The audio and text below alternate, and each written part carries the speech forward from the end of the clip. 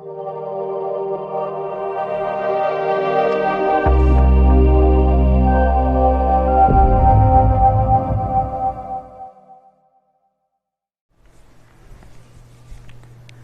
बच्चों, आदर्श की online class में आपका स्वागत है। हम चर्चा करेंगे विज्ञान की। तो विज्ञान के चैप्टर का अध्ययन करने से पहले हमें यह समझना है कि विज्ञान होता क्या है। तो सबसे पहले हम देखते हैं विज्ञान। तो देखिए बच्चों, ये आपका विज्ञान जो है दो शब्दों से मिलकर बना है। किन शब्दों से? दो शब्दों से मिलकर बना है। यदि हम विज्ञान का संधि विच्छेद करें तो वि और ज्ञान से मिलकर ये बना है, जिसमें वि का मतलब होता है विशेष। वि का मतलब होता है विशेष। वि का मतलब होता है विशेष और यहाँ पर ज्ञान का मतलब होता है ज्ञान। इसका मतलब ये हुआ कि विज्ञान हम किसे कहते हैं जिसमें किसी विशेष ज्ञान की बातें कही गई हो, उसे हम क्या कहते हैं? विज्ञान कहते हैं। अर्थात हम इसको यदि परिभाषा के रूप में देखना चाहेंगे तो विज्ञान का मतलब क्या होता है। तो देखिए प्यारे बच्चों, विज्ञान की परिभाषा यहाँ पर देखिए।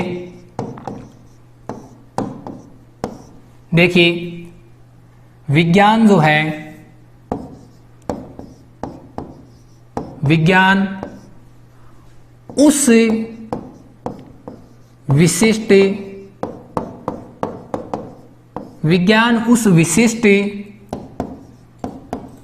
ज्ञान को कहा जाता है। विज्ञान उस विशिष्ट ज्ञान को कहा जाता है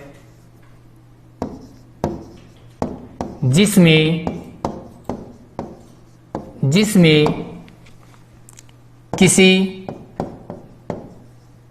किसी विषय का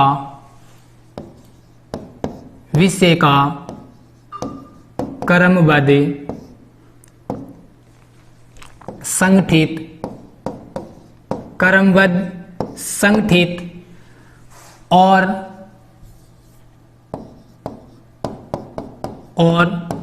सामान्य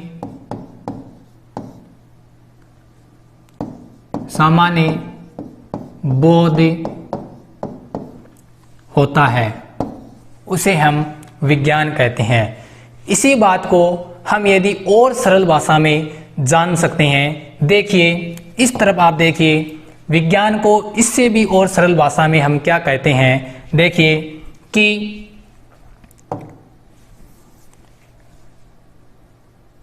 किसी भी नई वस्तु के बारे में, किसी भी नई वस्तु के बारे में जानना या किसी भी नई वस्तु के बारे में जानना या उसकी खोज करना विज्ञान कहलाता है। किसी भी नई वस्तु के बारे में जानना या उसकी खोज करना विज्ञान कहलाता है। तो बच्चों ध्यान से देखिए, विज्ञान का क्या मतलब होता है। ये जो विज्ञान शब्द आपको दिखाई दे रहा है, ये इस विज्ञान शब्द को दो भागों में बांटा गया है, वि और ज्ञान। जहां वि का मतलब होता है विशेष और ज्ञान का मतलब होता है ज्ञान। अर्थात किसी भी वस्तु के बारे में कोई विशेष ज्ञान हो, उसे हम क्या कहते हैं? विज्ञान कहते हैं। इसी विज्ञान को समझाने के लिए परिभाषाओं के आधार पर बताया गया है कि विज्ञान उस विशिष्ट ज्ञान को कहा जाता है जिसमें किसी विषय का क्रमबद्ध, संगठित और सामान्य बोध होता हो। किसी भी विषय का कर्मबद्ध, संगठित और सामान्य बोध होता हो उसे हम विज्ञान कहते हैं। और इसी बात को और सरल भाषा में समझाने के लिए हम एक लाइन का और उपयोग करते हैं कि किसी भी नई वस्तु के बारे में जानना या उसकी खोज करना विज्ञान कहलाता है। किसी भी नई वस्तु के बारे में जानना या उसकी खोज करना क्या कहलाता है? विज्ञान कहलाता है। तो आपको यहाँ तक की बात समझ में आई। विज्ञान क्या है, विज्ञान किन दो शब्दों से मिलकर बना होता है और उन दो शब्दों का क्या मतलब होता है। तो देखिए, अब हम इसके आगे बढ़ते हैं। अब हम चर्चा करेंगे हमारे विज्ञान के चैप्टर नंबर 1 की, जो 9th क्लास में चैप्टर नंबर 1 है, उसका नाम है हमारे आसपास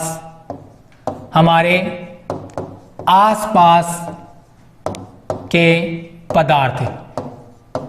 हमारे आसपास के पदार्थ, यह है आपका चैप्टर नंबर 1 9th क्लास की विज्ञान में।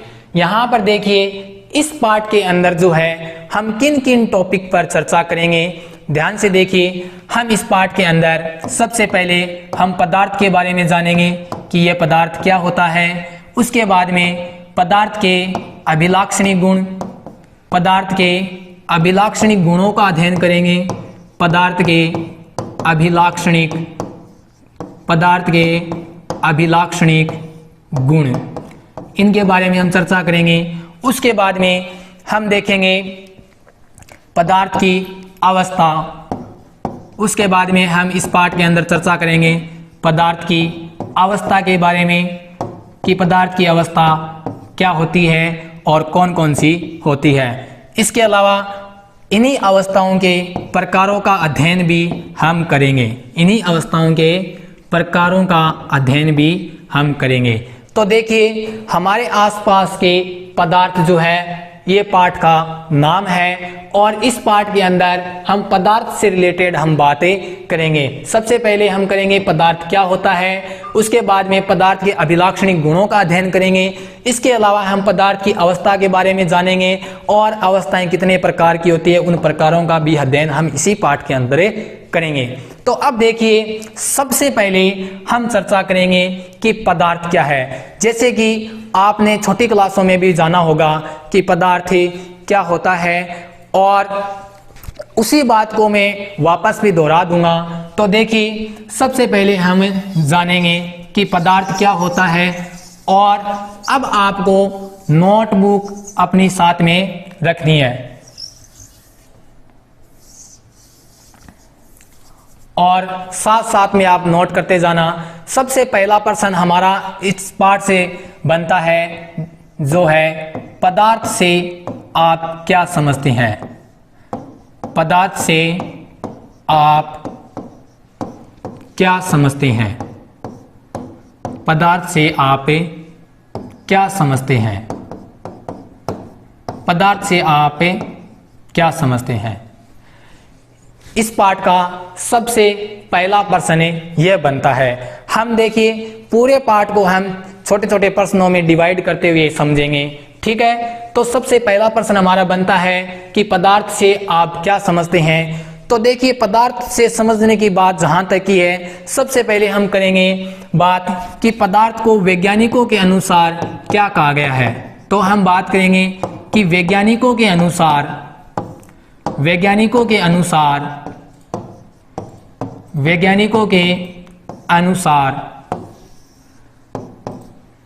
पदार्थ के बारे में वैज्ञानिकों की क्या राय है। तो देखिए, वैज्ञानिकों ने कहा कि संसार में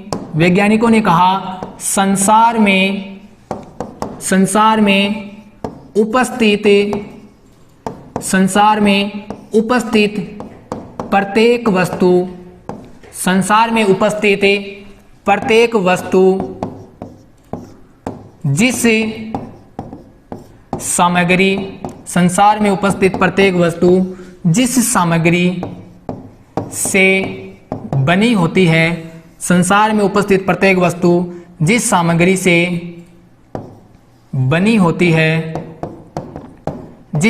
से बनी होती है उसे पदार्थ कहा गया। उसे पदार्थ कहा गया। उसे पदार्थ कहा गया। तो देखिए वैज्ञानिकों की क्या राय है पदार्थ के बारे में। तो वैज्ञानिकों के अनुसार यह बात बताएगी कि इस संसार में, इस विश्व में उपस्थित प्रत्येक वस्तु जिस सामग्री से बनी होती है उसे पदार्थ कहा गया। इस लाइन का यहाँ पर क्या मतलब है, जिस सामग्री से बनी होती है। तो हम देखते हैं कि यहाँ पर जो भी वस्तु जिस सामग्री से बनी होती है, जैसे कोई वस्तु काठ की बनी होती है, कोई वस्तु जैसे लकड़ी की बनी होती है, या फिर कोई वस्तु लोहे की बनी होती है, कोई सोने की बनी होती है, कोई चांदी की बनी होती है, तो इसका मतलब है कि वह वस्तु किसी ना किसी सामग्री से बनी हुई होती है। और जिस भी सामग्री से बनी होती है उसे वैज्ञानिकों के अनुसार उसे पदार्थ नाम दिया गया। अब इसकी एक स्पष्ट परिभाषा को समझेंगे। ये बात आपकी समझ में आई प्यारे बच्चों?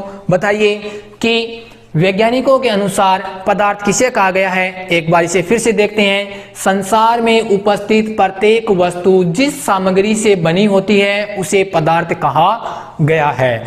अब इसी परिभाषा को, इसी पदार्थ के बारे में अलग से हमें समझने को और है, तो वो देखते हैं कि पदार्थ की जो स्पष्ट परिभाषा है, पदार्थ के बारे में स्पष्ट परिभाषा जो दी गई थी वो हम देखते हैं कि वह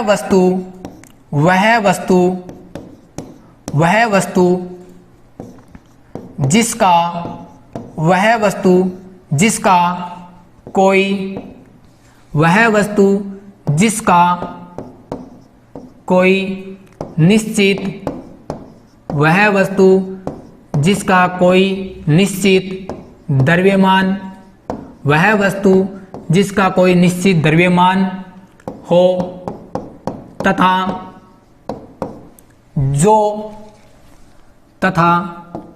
जो स्थान घेरता हो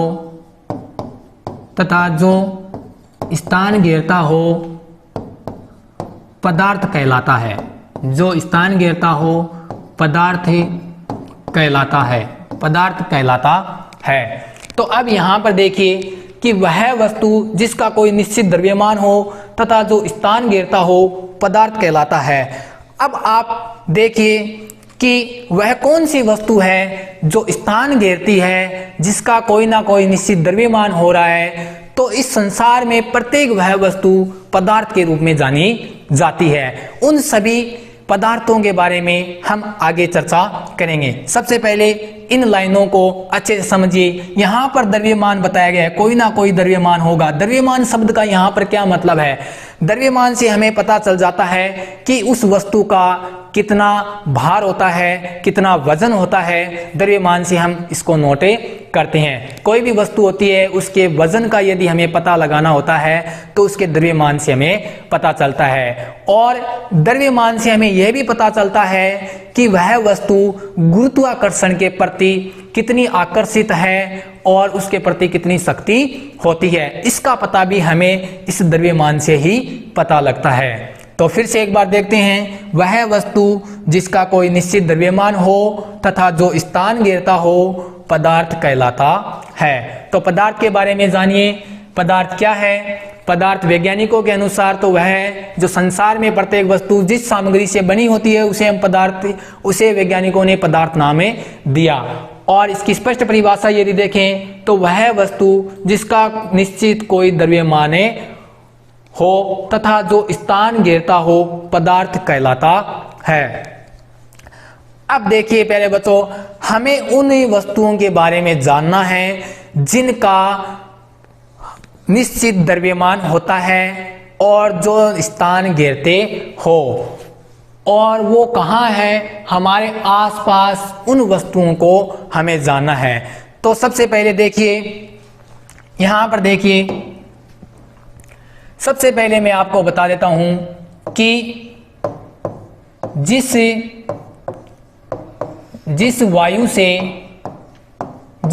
से हम जिस वायु से हम श्वास लेते हैं, जिस वायु से हम श्वास लेते हैं उस वायु को भी पदार्थ कहा गया है। इसके अलावा जिस वायु से हम श्वास लेते हैं उसको भी पदार्थ कहा गया है। और इसके अलावा और अध्ययन हम करना चाहें तो जो भोजन हम खाते हैं, जो भोजन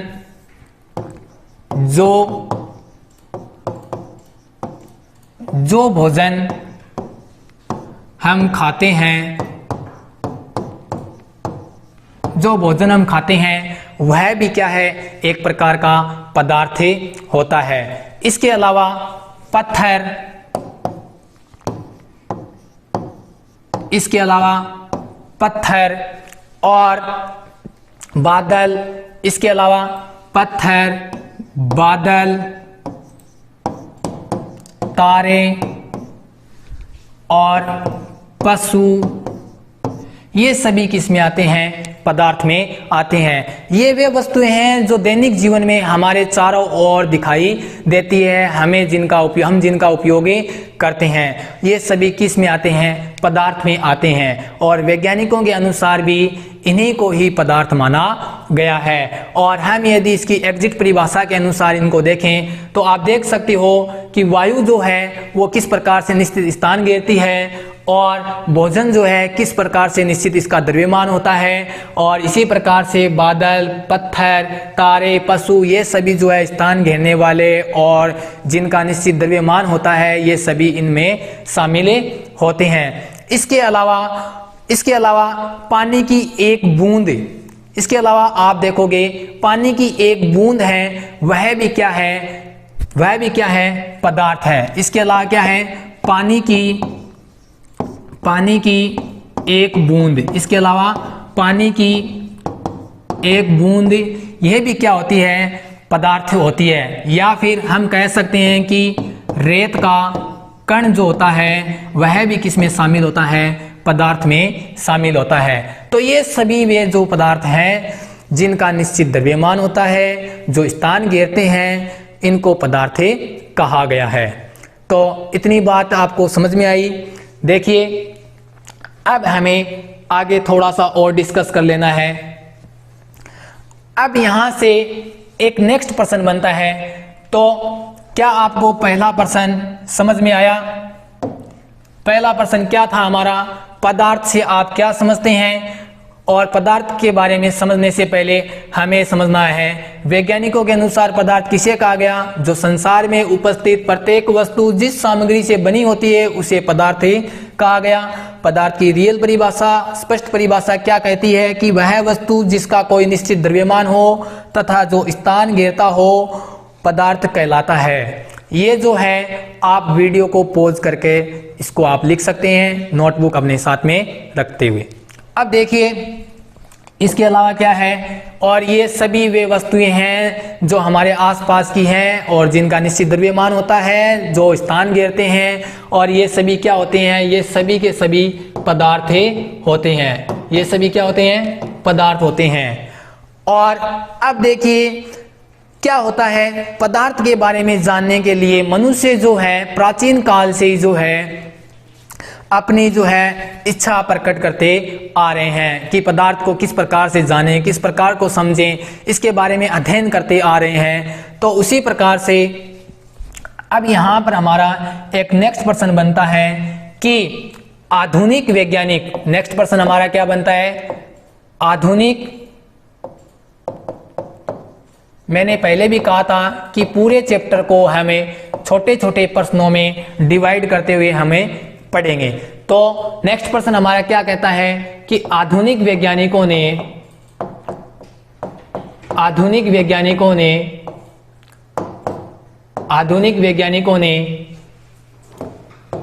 पदार्थ को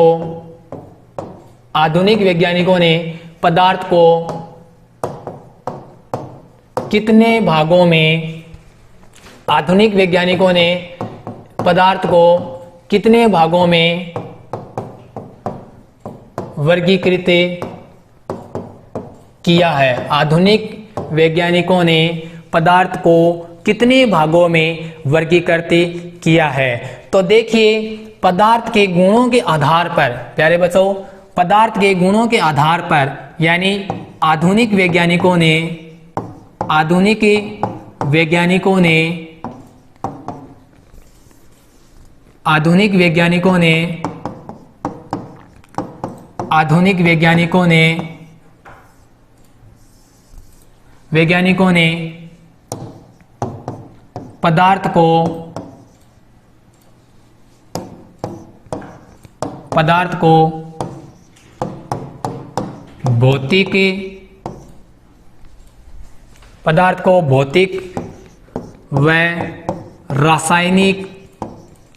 पदार्थ को भौतिक व रासायनिक गुणधर्म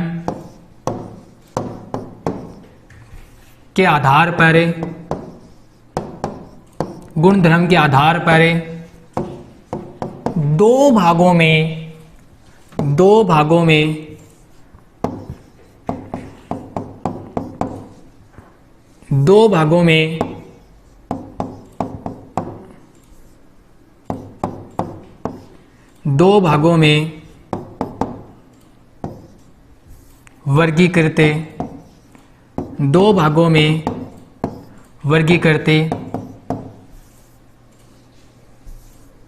दो भागों में वर्गीकृत किया है।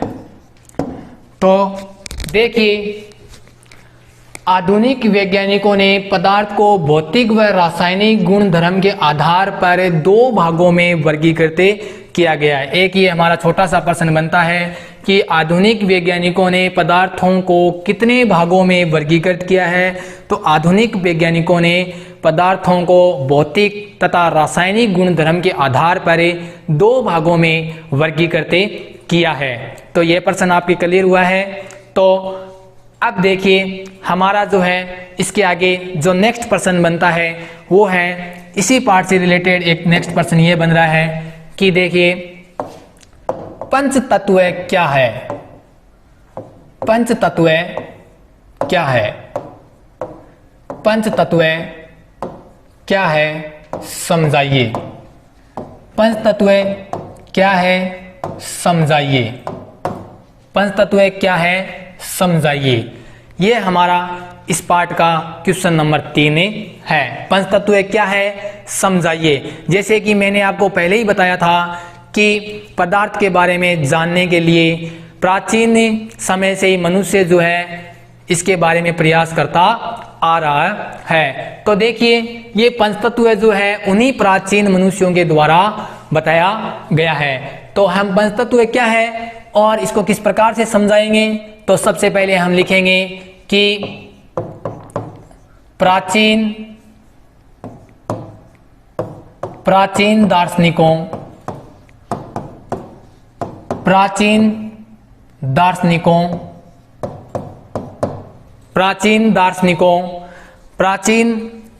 पदार्थ को प्राचीन दार्शनिकों ने पदार्थ को पांच मूल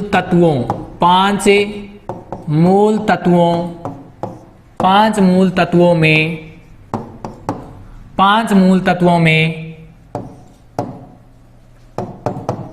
बांटा। प्राचीन दार्शनिकों ने पदार्थ को 5 मूल तत्वों में बांटा जिन्हें पंच तत्व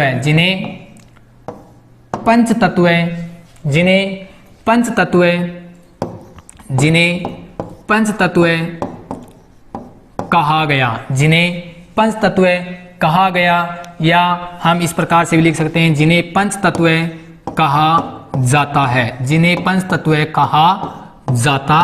है। तो पंच तत्व क्या है? प्राचीन दार्शनिकों ने पदार्थ को 5 मूल तत्वों में बांटा और जिन्हें पंच तत्व कहा जाता है। जिन्हें पंच तत्व जिन्हें पंचतत्व कहा जाता है, जिन्हें पंचतत्व कहा जाता है, जिन्हें पंचतत्व कहा जाता है। और ये पंचतत्व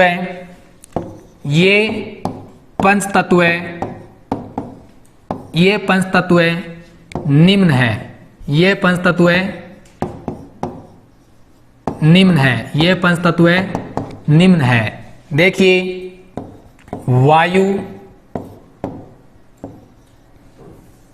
ये पंचतत्व निम्न है, वायु,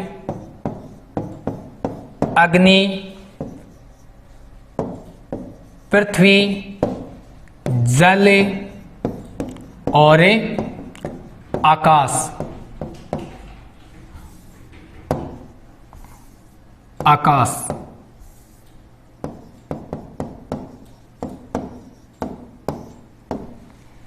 तो देखिए पंचतत्व क्या है समझाइए। प्राचीन दार्शनिकों ने पदार्थ को 5 मूल तत्वों में बांटा, जिन्हें पंचतत्व कहा जाता है। और किन 5 मूल तत्वों में बांटा? तो देखिए वायु, अग्नि, पृथ्वी, जल और आकाश, ये वो 5 मूल तत्व है जिन्हें प्राचीन दार्शनिकों के द्वारा बांटा गया और जिन्हें हम पंचतत्व नाम देते हैं। और यहाँ दार्शनिक शब्द का क्या मतलब है? दार्शनिक शब्द का मतलब होता है दर्शन शास्त्र।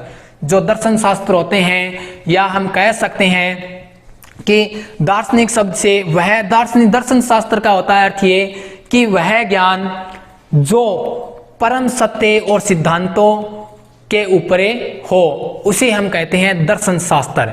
तो देखिए यहाँ पर प्राचीन दार्शनिकों ने पदार्थ को 5 मूल तत्वों में बांटा और जिन्हें पंचतत्व कहा जाता है। और ये 5 पंचतत्व कौन कौन से हैं? तो देखिए वायु, अग्नि, पृथ्वी, जल और आकाश, ये वो 5 पंचतत्व हैं। तो इतनी बात समझ में आई। ये पंचतत्व क्या होते हैं? प्रश्न किस प्रकार से आएगा, पंचतत्व क्या है समझाइए। तो आप इस प्रकार से पंचतत्व की परिभाषा लिख सकते हैं और इन 5 पंचतत्वों के नाम दर्शा सकते हैं। प्रश्न डायरेक्ट इस प्रकार से पूछ सकता है कि उन 5 पंचतत्वों के नाम लिखिए। तो आपको डायरेक्ट इन 5 पंचतत्वों के नाम लिख देना है। अब देखिए हमारा जो है नेक्स्ट टॉपिक क्या है। तो हमने अभी तक जो है किन किन टॉपिक पर चर्चा की है, सबसे पहले हम एक बार देख लेते हैं। ध्यान से देखिए, सबसे पहला प्रश्न था, सबसे पहले हमने पढ़ा विज्ञान। यह विज्ञान क्या होता है? ये 2 शब्दों से मिलकर बना होता है, वि और ज्ञान, जिनका अर्थ होता है विशेष और ज्ञान। यानी विशेष ज्ञान, किसी भी वस्तु के बारे में कोई यदि विशेष ज्ञान हो तो हम क्या कहते हैं? उसे विज्ञान कहते हैं। और इसको अलग अलग परिभाषा के अनुसार हम समझा सकते हैं। और इसके अलावा आगे देखिए हमने आगे क्या चर्चा की है। इसके बाद में हमने पाठ के आधार पर बताया कि पदार्थ क्या होता है, पदार्थ से आप क्या समझते हैं। प्रश्न देखिए इसी प्रकार से आता है, पदार्थ से आप क्या समझते हैं, पदार्थ किसे कहते हैं, पदार्थ को परिभाषित कीजिए। तो इस प्रकार से हम समझा सकते हैं वैज्ञानिकों के अनुसार। और पदार्थ की वो मूल परिभाषा तो हम दोनों तरीके से हमें लिखेंगे। इसके आगे हमने क्या पढ़ा? इसके आगे हमने पढ़ा ये जो पदार्थ हैं जिनके बारे में मैंने बताया कि हमारे चारों ओर आसपास में पाए जाने वाले पदार्थ। अब आगे देखिए हमने नेक्स्ट प्रश्न पढ़ा, आधुनिक वैज्ञानिकों ने पदार्थ को कितने भागों में वर्गीकृत किया है। तो आधुनिक वैज्ञानिकों ने पदार्थ को भौतिक व रासायनिक गुण धर्म के आधार पर 2 भागों में वर्गीकृत किया है। इसके अलावा देखिए नेक्स्ट प्रश्न था हमारा, पंचतत्व क्या है समझाइए। तो प्राचीन दार्शनिकों ने पदार्थ को 5 मूल तत्वों में वर्गीकृत किया है या बांटा गया है, जिन्हें हम पंचतत्व कहते हैं या जिन्हें पंचतत्व कहा जाता है। और ये पंचतत्व कौन कौन से हैं? वायु, अग्नि, पृथ्वी, जल और आकाश, ये 5 पंचतत्व हैं भाई। अब आगे का चर्चा जो है हम करते हैं, हमारा नेक्स्ट टॉपिक होगा जिसे हम प्रश्न में डिवाइड कर पढ़ेंगे। तो देखिए नेक्स्ट प्रश्न है हमारा पदार्थ का भौतिक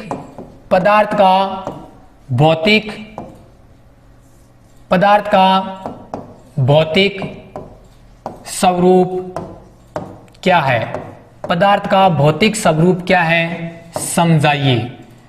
पदार्थ का भौतिक स्वरूप क्या है समझाइए। नेक्स्ट टॉपिक हमारा यह है पदार्थ का भौतिक स्वरूप क्या है, समझाइए। भौतिक स्वरूप से मतलब यह है कि पदार्थ का बाहरी आवरण कैसा है। तो इस आधार पर हम चर्चा करेंगे भौतिक स्वरूप पर। तो हम सबसे पहले देखते हैं पदार्थ का भौतिक स्वरूप। तो इस प्रकार के प्रश्न को हम कैसे लिखेंगे, देखिए पदार्थ का भौतिक स्वरूप, पदार्थ का भौतिक स्वरूप, पदार्थ का भौतिक स्वरूप निम्न है, पदार्थ का भौतिक स्वरूप निम्न है। तो भौतिक स्वरूपों में सबसे पहले एक नंबर बात जो है हम देखते हैं पदार्थ कणों से मिलकर बना होता है। पदार्थ जो है कणों से मिलकर बना होता है, ये इसके भौतिक स्वरूप की एक नंबर बात है। पदार्थ कणों से मिलकर बना होता है, पदार्थ कणों से मिलकर बना होता है, पदार्थ कणों से मिलकर बना होता है, पदार्थ कणों से मिलकर बना होता है। तो भौतिक स्वरूप में एक नंबर बात है कि पदार्थ जो होता है वो कणों से मिलकर बना होता है। और दूसरी बात बताई गई है कि ये जो कण है, ये कण कौन से कण, जिन कणों से पदार्थ मिलकर बना है। तो ये कण जो है बहुत ही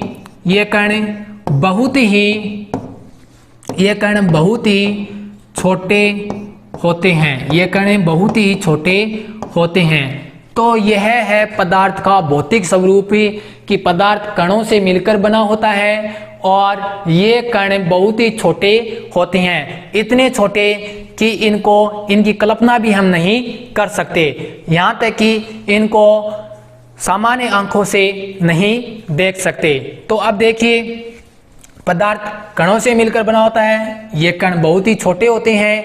और इस बात का हमें पता कैसे चला कि पदार्थ कणों से मिलकर बना होता है, कण इतने छोटे होते हैं कि इनकी हम कल्पना भी नहीं कर सकते। तो इसी बात को स्पष्ट करने के लिए इसी प्रश्न में हमें एक क्रियाकलाप के द्वारा समझाया गया है। तो क्रियाकलाप हमारा क्या कहता है, क्रियाकलाप हमारा यह कहता है, तो हम देखिए यहाँ पर हेडिंग लगाएंगे क्रियाकलाप, यहाँ पर हम नीचे हेडिंग लगाएंगे क्रियाकलाप। और क्रियाकलाप में हमें समझाया गया है, देखिए या हम इसे एग्जाम्पल लिखकर भी हम स्पष्ट कर सकते हैं, लेकिन हम क्रियाकलाप को देखते हैं। तो क्रियाकलाप में हमें बताया गया है, जैसे हम एक पात्र लेते हैं, हम क्या लेते हैं, एक पात्र लेते हैं और इस पात्र में 100 ml जल भरते हैं, इस पात्र में 100 ml जल भरते हैं, इस पात्र में 100 ml जल भरते हैं, इस पात्र में 100 ml जल भरते हैं।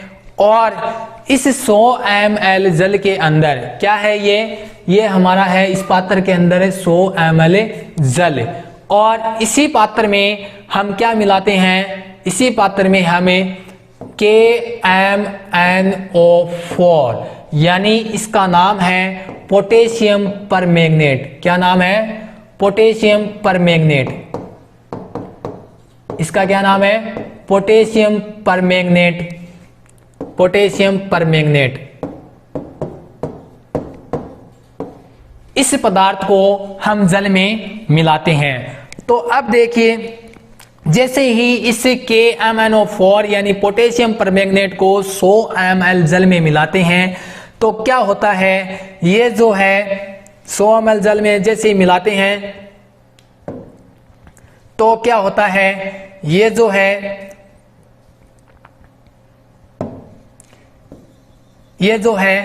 ये गुलाबी रंग का घोल बने जाता है। जैसे ही 100 ml जल में KMnO4 यानी पोटेशियम परमैंगनेट को हम मिलाते हैं तो ये जो है गुलाबी रंग का घोल बन जाता है। और इस बने हुए गुलाबी रंग के घोल में क्या करते हैं, इस बने हुए गुलाबी रंग के घोल में क्या करते हैं, इस बने हुए गुलाबी रंग के घोल से क्या करेंगे, 10 ml को बाहर निकाल लेंगे। क्या करेंगे, 10 ml को बाहर निकाल लेंगे।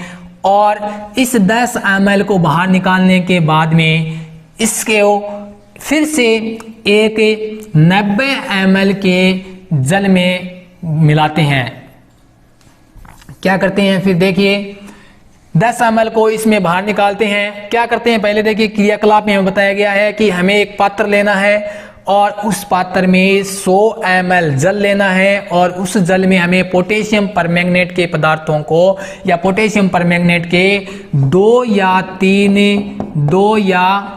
3 क्रिस्टलों को डालते हैं। 2 या 3 क्रिस्टलों को डालते हैं। क्रिस्टल का यहाँ पर आप एक बार से मतलब समझ सकते हैं कि पदार्थ के छोटे छोटे टुकड़े हैं। क्या है? पदार्थ के छोटे छोटे टुकड़े हैं। 2 या 3 क्रिस्टलों को इसमें डालते हैं। तो जैसे ही इस KMnO4 के 2 या 3 क्रिस्टलों को इसके अंदर डालते हैं तो ये जो है, ये घोल जो है गुलाबी रंग का हो जाता है। और इस बने हुए गुलाबी रंग के घोल में से यदि हम 10 ml को वापस बाहर निकाल लेते हैं और निकाले हुए 10 ml को फिर से हम क्या करेंगे, इसको एक 90 ml के जल में वापस मिलाएंगे। क्या करेंगे? 90 ml के जल में वापस मिलाएंगे और फिर से क्या होगा, ये जो है फिर से जो है ये गुलाबी रंग का हो जाएगा। अब इसी प्रोसेस को हम यदि 5 से 8 बार कर लेते हैं, इसी प्रोसेस को यदि हम 5 से 8 बार कर लेते हैं, क्या करेंगे, सबसे पहले 100 ml के जल में क्या मिलाया हमने, पोटेशियम परमैंगनेट, यानी उसके 2 या 3 क्रिस्टल का मतलब आप यहां पर समझ सकते हो कि पदार्थ के टुकड़े।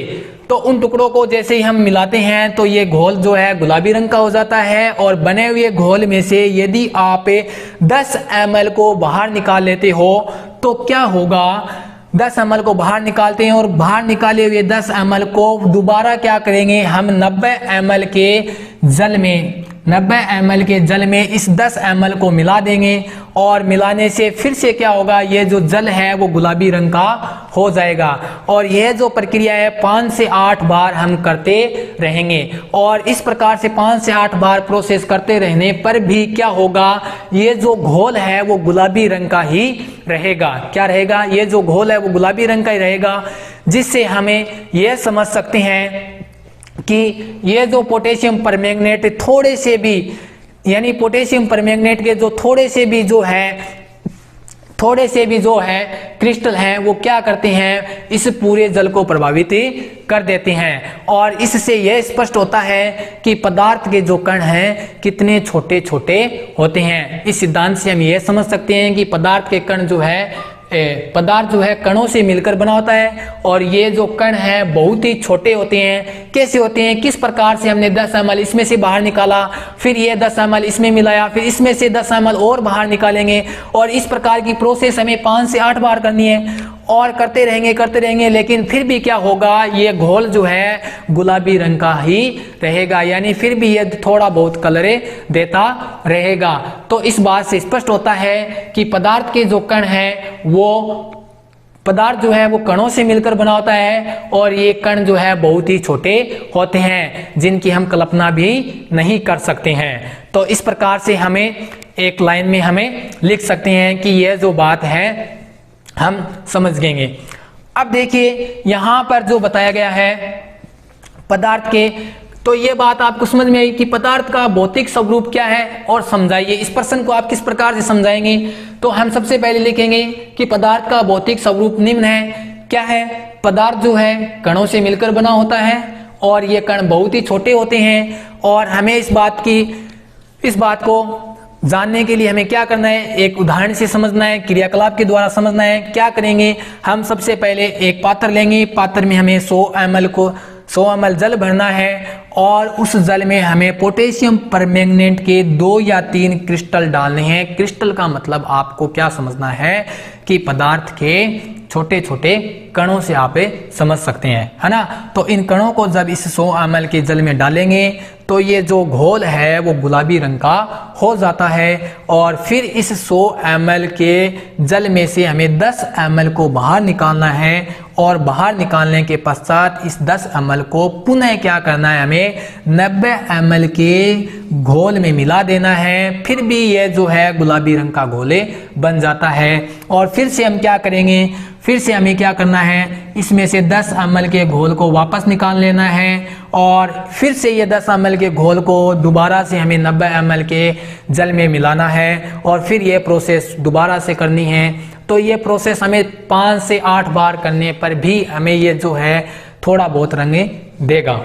तो इससे हम समझ सकते हैं कि पदार्थ जो है कणों से मिलकर बना होता है और ये कण बहुत ही छोटे छोटे होते हैं। तो ये प्रश्न आपके समझ में आया। अब देखिए अब देखिए हम नेक्स्ट टॉपिक पर चर्चा करते हैं, पदार्थ के कणों की विशेषता क्या है। पदार्थ के नेक्स्ट प्रश्न हमारा यह है, पदार्थ के कणों की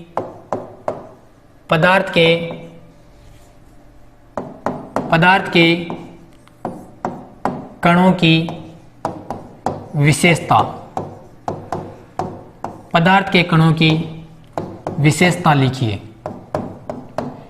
ये छोटा सा प्रश्न और हमें देखना है, पदार्थ के कणों की विशेषता लिखिए। तो क्या है पदार्थ के कणों की विशेषता, हम समझते हैं। इन विशेषताओं को हमें अभिलाक्षणी गुणों के भी नाम दे सकते हैं। इसी विशेषताओं को हम क्या नाम दे सकते हैं कि अभिलाक्षणी गुण। क्या नाम दे सकते हैं? अभिलाक्षणी के गुण भी हम नाम दे सकते हैं। तो हम कह सकते हैं कि पदार्थ के अभिलाक्षणी गुण या विशेषता लिखिए। पदार्थ के अभिलाक्षणी गुण या विशेषता लिखिए। तो देखिए अभी ध्यान से सुनिए कि पदार्थ की जो विशेषताएं हैं वो निम्न है। विशेषताएं जो है पदार्थ की जो विशेषताएं हैं ये विशेषताएं निम्न है। पदार्थ की जो विशेषताएं वो क्या है? निम्न है। और सबसे पहले 1 नंबर हम बात करेंगे कि पदार्थ की जो विशेषता है वो पहली विशेषता क्या है? पदार्थ के कणों के बीच रिक्त स्थान होता है या रिक्त स्थान पाया जाता है। पहली विशेषता क्या होती है कि पदार्थ के कणों के मध्य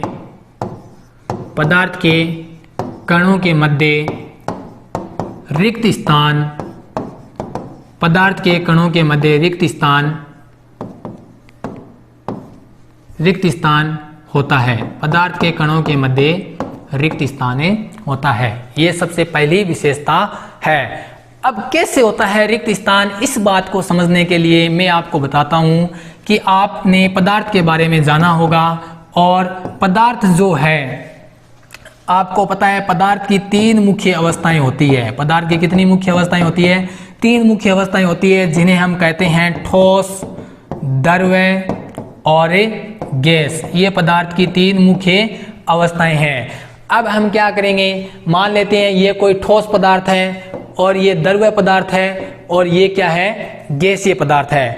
और ये ठोस पदार्थ जो है इन कणों से मिलकर बना है, इन कणों से मिलकर बना है इस प्रकार से, और द्रव्य पदार्थ इस प्रकार से कणों से मिलकर बना है और गैस इस प्रकार के कणों से मिलकर बना है। तो हम देखते हैं कि ये जो कण होते हैं इन कणों में कुछ ना कुछ रिक्त स्थान होते हैं। इन कणों के मध्य, ठोस पदार्थ के कणों के मध्य, द्रव्य पदार्थ के कणों के मध्य और गैस पदार्थ के कणों के मध्य क्या होता है? थोड़ा बहुत रिक्त स्थान होता है। तो इस बात से हम समझ सकते हैं कि पदार्थ के कणों के मध्य क्या होता है? रिक्त स्थान होता है। तो चलिए हम देखते हैं आगे नेक्स्ट लाइन क्या कहती है।